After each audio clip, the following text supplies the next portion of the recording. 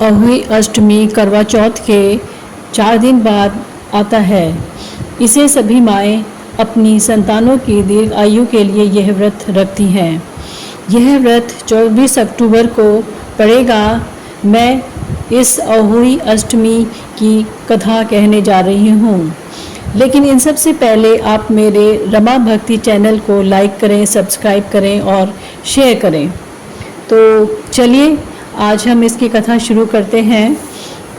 अहोई अष्टमी की कथा इस प्रकार है।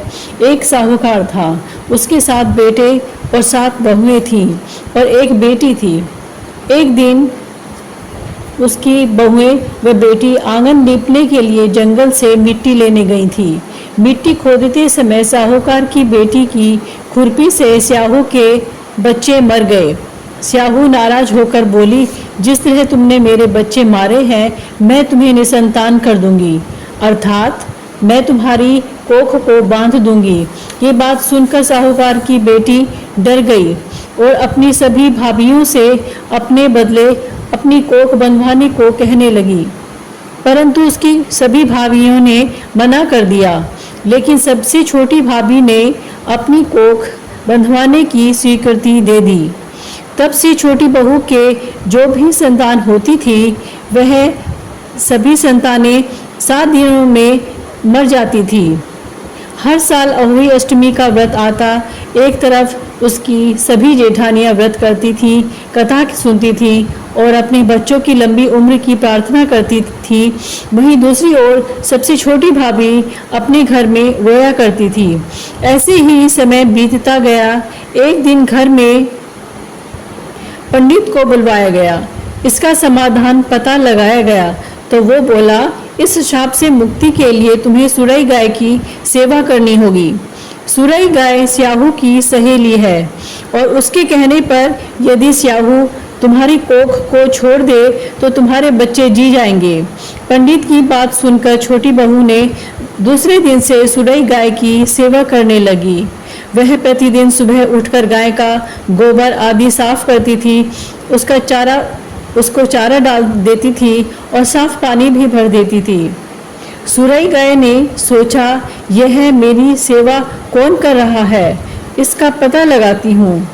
अगले दिन वो तड़के ही उठ गई और देखती है कि साहूकार की छोटी बहू सारा काम कर रही है। गाय ने पूछा कि तू किस लिए मेरी सेवा कर रही है? साहूकार की बहू बोली, गौ माता, स्याहू ने मेरी कोख बांध दी है, जिस कारण से मेरे बच्चे जीते नहीं हैं। यदि आप मेरी कोख खुलवा दो तो मैं आपका बहुत उपकार मानूंगी। सुरई गाय ने उसकी बात मान ली और उसके साथ 7 समंदर पार स्याहू के पास चल पड़ी। रास्ते में दोनों एक पेड़ की छांव में बैठ गए। जिस पेड़ के नीचे वो दोनों बैठे थे, उस पेड़ पर गरुड़ पंखनी का घोंसला था, जिसमें नन्हे नन्हे बच्चे थे। थोड़ी देर में वहां पर एक सांप आया और गरुड़ पक्षी के बच्चों को खाने की कोशिश में था। यह देखकर साहूकार की छोटी बहू ने सांप को मार डाला। जब गरुड़ पंखनी वहां पहुंची, उसने वो रक्त देखा तो वह डर गई। तो उसने सोचा, इसने मेरे बच्चों को मार दिया है। वो अपनी चोंच से साहूकार की छोटी बहू को मारने लगी। तब वह बोली, मैंने तेरे बच्चों को सांप से बचाया है और तू मुझे ही मार रही है। यह सुनकर गरुड़ पंखनी खुश हो गई और बोली, तुम जो चाहो मुझसे वर मांग सकती हो। साहूकार की बहू बोली, 7 समुंदर पार स्याहू माता रहती है, तू हमें वहां तक पहुंचा दे। गरुड़ पंखनी ने उन दोनों को अपनी पीठ पर बैठाकर स्याहू माता तक पहुंचा दिया। स्याहू माता सुरई गाय को देखकर बहुत प्रसन्न हुई और बोली, आओ बहन, बड़े दिनों में आई हो। वह पुनः बोली, बहन, मेरे बालों में ना जुएं पड़ गई हैं, तुम निकाल दो। तब सुरई गाय के कहने पर साहूकार की बहू ने स्याहू की जो सारी जुएं निकाल दी। इस पर स्याऊ ने खुश होकर उसे आशीर्वाद दिया। तेरे 7 बेटे 7 बहुएं हों। यह सुनकर छोटी बहू बोली, मुझे तो एक भी बेटा नहीं है। माता ने पूछा, ऐसा क्यों?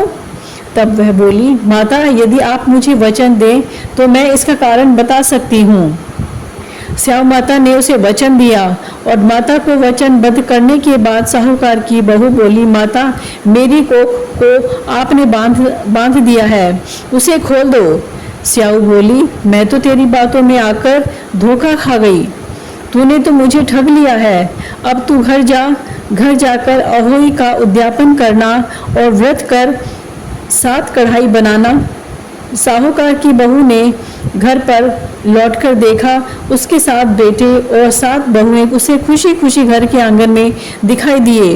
वो खुशी से भाव विभोर हो गई और उसने अहोई अष्टमी का व्रत कर 7 कढ़ाई देकर उद्यापन किया। दूसरी ओर उसकी जेठानियां कहने लगी, अरे जल्दी जल्दी पूजा कर लो, फिर छोटी बहू का रोना धोना शुरू हो जाएगा। जब उसकी आवाज़ नहीं आई तो उन्होंने पता लगाने के लिए बच्चों को भेजा। बच्चों ने वापस आकर बताया, वहाँ तो उद्यापन का कार्यक्रम चल रहा है। ये सुनकर सभी जेठानियाँ छोटी बहू के घर गई और पूछने लगी, तुमने अपनी कोख कैसे खुलवाई? तब वह बोली, स्याऊ माता ने कृपा कर मेरी कोख खोल दी है। तब सभी अहोई माता की जय जयकार करने लगी। तो दोस्तों, इस प्रकार ये कहानी पूरी हुई और आप हमें बताइएगा कि आपको ये कहानी कैसी लगी। कमेंट करके ज़रूर बताइएगा। धन्यवाद।